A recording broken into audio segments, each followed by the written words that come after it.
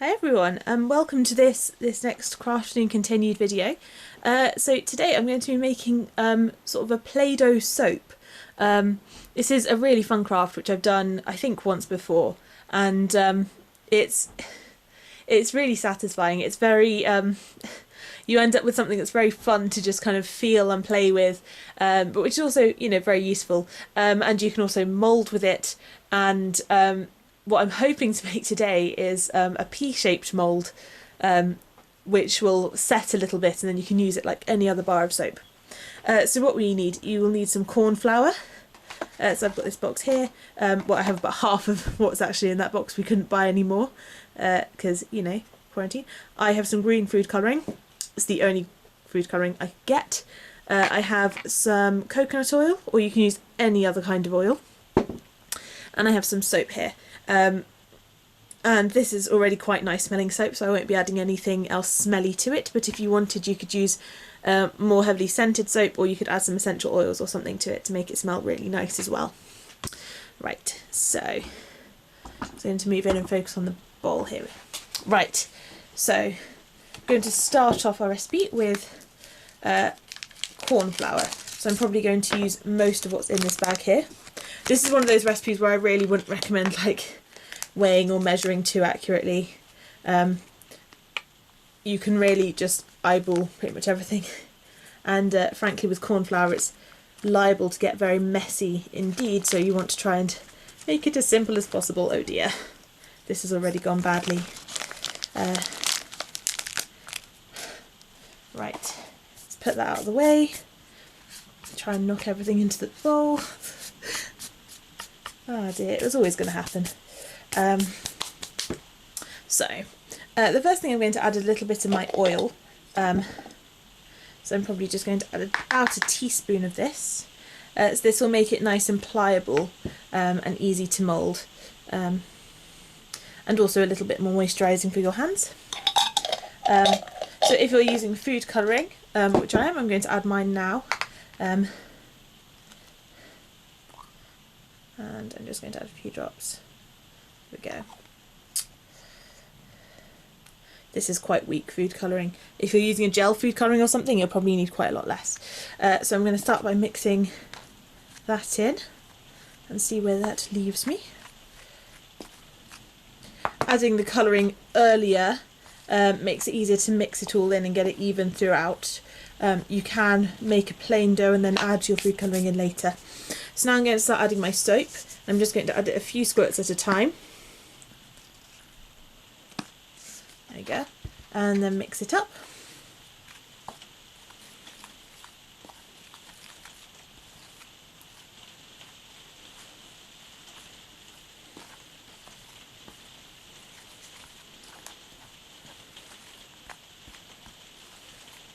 Okay. And then a few more. Yeah, so really, I mean, every soap is going to be slightly different, so I'm not going to tell you, put in 20 squirts or whatever. Basically, just keep adding it until it comes into a nice dough.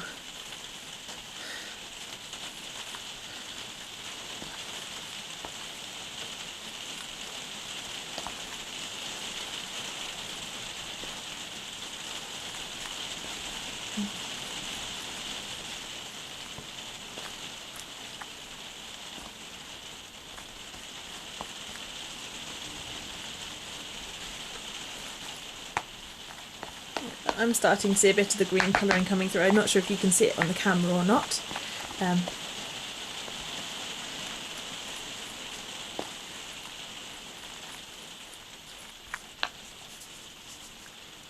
More soap.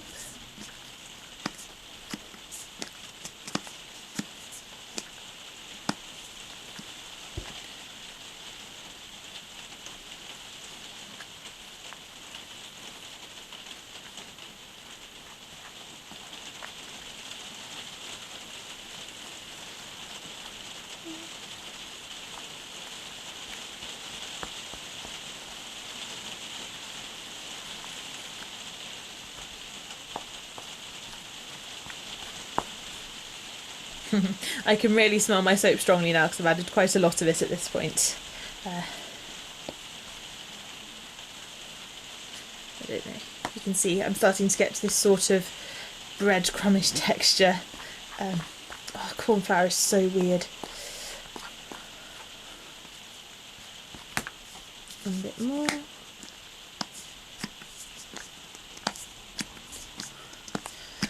You can also, by the way, do this with shower gel instead of hand soap, and then you can use it as a bath wash as well. But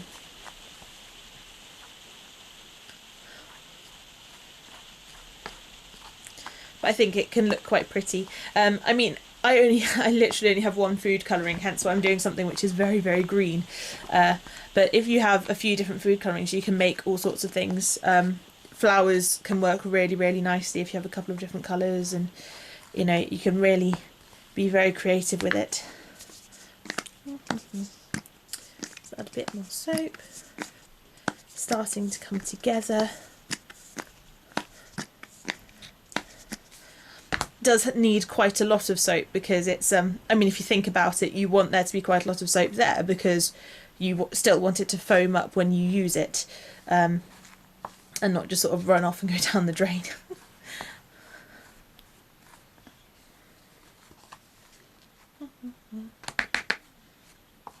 We're getting there, we're getting there. A little bit more.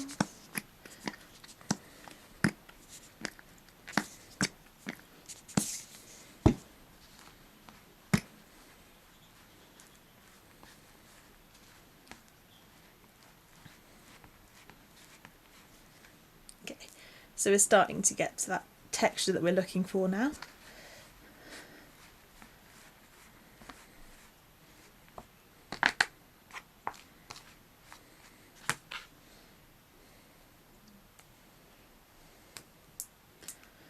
Right, okay.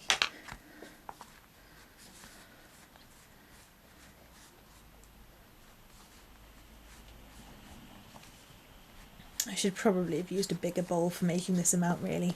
There we go. A couple more squirts might be enough. So at this point I'm thinking about starting to use my hands to actually mix this in rather than a spoon, just so that I can really make sure that everything's evenly distributed. So go. It also really lets you feel how wet it is, how dry it is, and how much more work you're going to have to do, how much more soap you're going to have to add to get it to the right texture. So you can really see that this will clump up nicely, but it's still quite fragile and it's falling apart very easily. So I still want more moisture in there.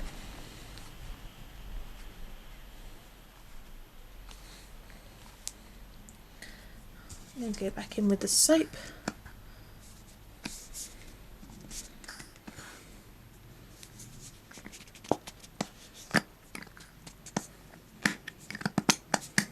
Right, and then mix all that in.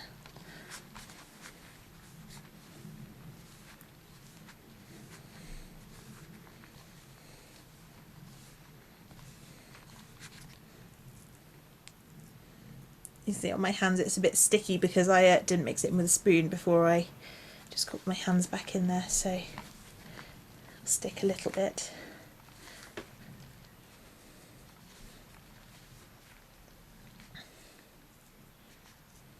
So this is the point where I would say if you're going to add colours in, you'd want it to be around this texture when you add different colours in, if you're going to split them off, because this is the point where you can really distribute a colour evenly throughout the whole thing. You can very easily end up with kind of a mixture that's so stiff that it's almost impossible to mix the colours in. Right, so I'm almost there. Oh, I'm slightly hesitant to add any more soap to this. See, I'm getting to a really nice doughy texture consistency. And it will hold its shape pretty well now. I have all these little bits left that is just a little bit drier. So I'm going to break this up, add a tiny bit more soap.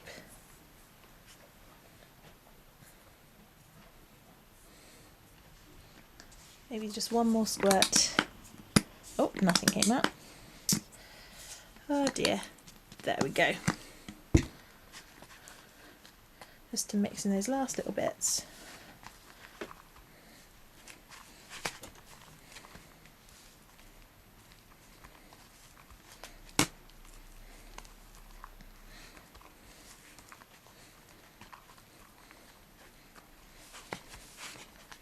Okay, and now all of those last little bits are coming up into my ball here.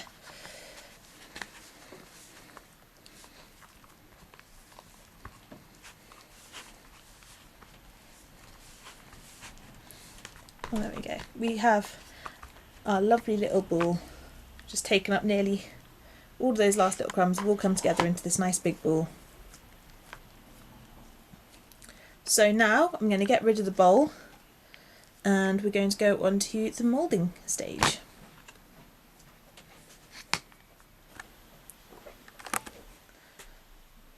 Right, I am back and I have cleaned up the mess. All is going well. So I'm going to turn my soap into a pea pod with some peas inside it. So I'm going to make some little peas out of this soap. Just make little balls. So my soap is this palish green colour. I don't really want to make it any stronger. The food colouring doesn't really discolour, you know, it won't discolour your hands when you're washing, but I'd never like to use too much of it just in case. Right, so I'm probably going to make 4 or 5 little peas. And so this won't set rock hard, but it will set a little bit. It can also just be, this is like a really, really satisfying material just to mould and to play with. It's kind of like slime, but with a purpose. Not that I have anything against slime, but I do have like quite a lot of slime, which is just sat in tubs. Slightly less slimy than it used to be. Slightly less fun. Right, that I will say is pea number 3, and then pea number 4. This is also a way of making a pea pod, by the way, which is I was originally taught it with royal icing that it was dyed green. So I cannot remember why I was taught how to make a pea pod out of icing, but I was. So if you ever want to ice a cottage pie or a you know, Cornish pasty or something, then I really recommend this method of making little pea decorations to go on top. Right, so there's my little peas. I'm going to stick to 4 because I don't want to have too big a pod to worry about. Right, so now, if you wanted to, you could get a rolling pin at this point. It would help quite a lot, but I'm going to be adventurous today. So I'm going to essentially make a long oval.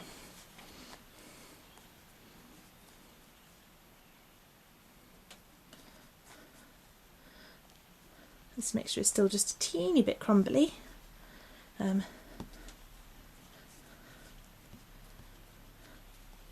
So, long oval. I'm using, by the way, just a magazine to work on because I found that magazines often relatively non-sticky compared to, say, newspaper. Oh dear me, falling apart all over the place here. Right, there we go. So that's 1/2 of the pea pod. And I'm just going to make sure I can flip it and it's not stuck down too much. And you can see that using this kind of plasticized paper front of the magazine, you can just like get all your little pieces off very easily. Okay. If you wanted to, you could go all out, get a rolling pin, a knife maybe, to make this a little bit easier. Right, so that's 1/2 of my pea pod. And I'm just going to smooth this edge because this is really what you're going to see. Okay, that's piece 1. So now I'm going to use the rest of my soap dough to make piece 2, which is just exactly the same. This time I'm going to try a little bit harder not to stick it down to the surface I'm working on.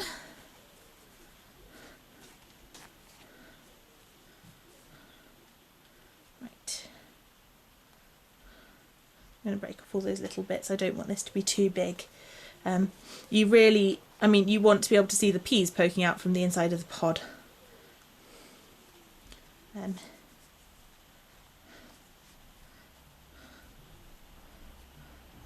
let me smooth down that edge a little more. Okay, so now I'm going to arrange, clean up a little bit.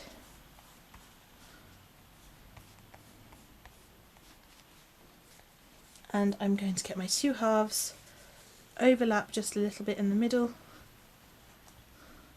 and then I'm going to position my peas on the inside, and then lift up and fold the edges over,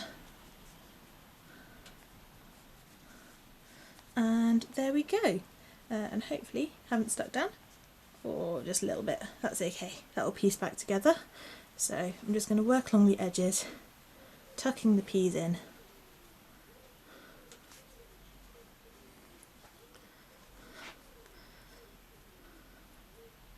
There you have it. There is a pea pod. Obviously it is not the best design in the world. I'm not the most artistic person ever. I'm sure that you can all do a lot better. So I'm now going to leave this out to dry in the air. And I might go and try and get some video of using a bit of the extra dough as soap, and let me show you how well it works. Okay, so welcome to the sink. So I'm going to test a little bit of this dough now and show you how it works. This is still dry, it hasn't set at all. Sorry, still wet, it hasn't set at all. So it won't act quite like the soap will after it's dried for a few days. So I'm just going to get a little bit of water in. And so at first it feels a little bit slimy, and then get your hands in, rub together, and we have bubbles. And at that point onwards it works just like soap, except you have a bit more fun getting there. So I hope you've enjoyed this craft today. There's a new video coming out every week, which will be shared in whatever place you found this one. And if you have any ideas or questions, please leave a message down in the comments below. And I hope you've enjoyed this. Have a great week.